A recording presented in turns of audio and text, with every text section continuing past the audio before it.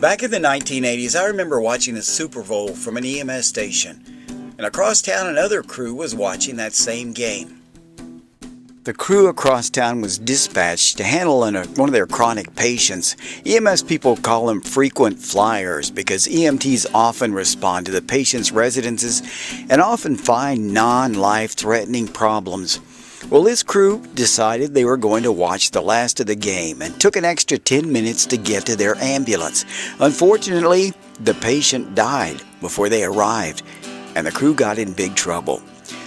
Lesson 3 will look at the EMT's duty to respond. We will also look at Good Samaritan laws. Do a Google search and check out lessons 1 and 2. There's also quizzes to go along. In the first video, we looked at the EMS system, which consists of the hospitals, ambulance organizations, and trained ambulance crew members. The medical director helps set up protocols and standing orders and a process for ensuring quality care is administered. First responders are generally the first on the scene and can perform patient assessment and stabilize the patient until others arrive. The EMT Basic learns all the skills of the first responder, but in a little bit more detail.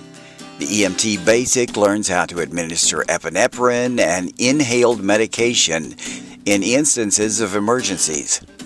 The EMT Intermediate has all the skills of the EMT Basic, but also learns how to initiate an IV and place an endotracheal tube into a patient.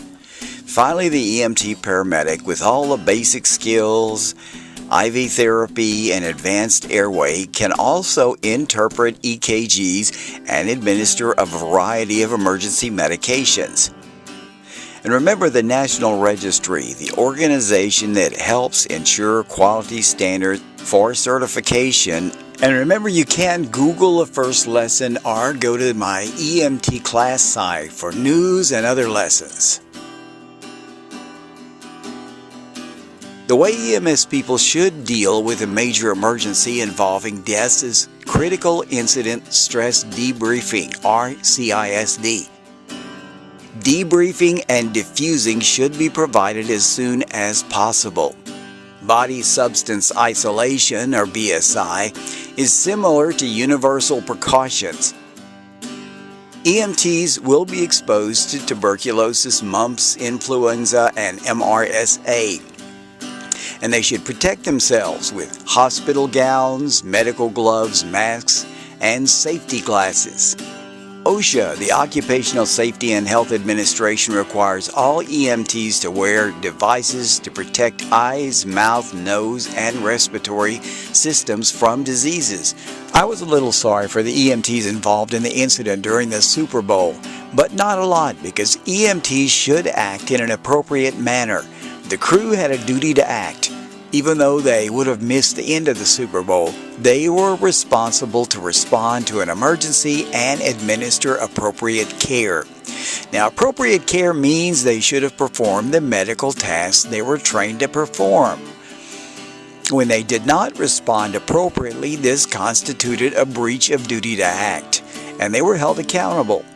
For EMTs, this can result in monetary damages and possible loss of certification. Good Samaritan laws are something associated with duty to act, but they're designed to protect individuals without a duty to act. Let's assume an EMT has come across an accident scene and decides to stop and help.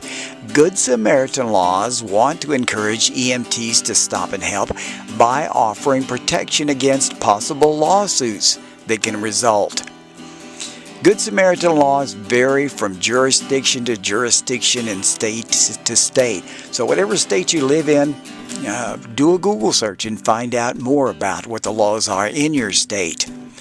In summary, EMTs must respond to all emergencies as if a life is on the line and should administer the care covered by their EMT class.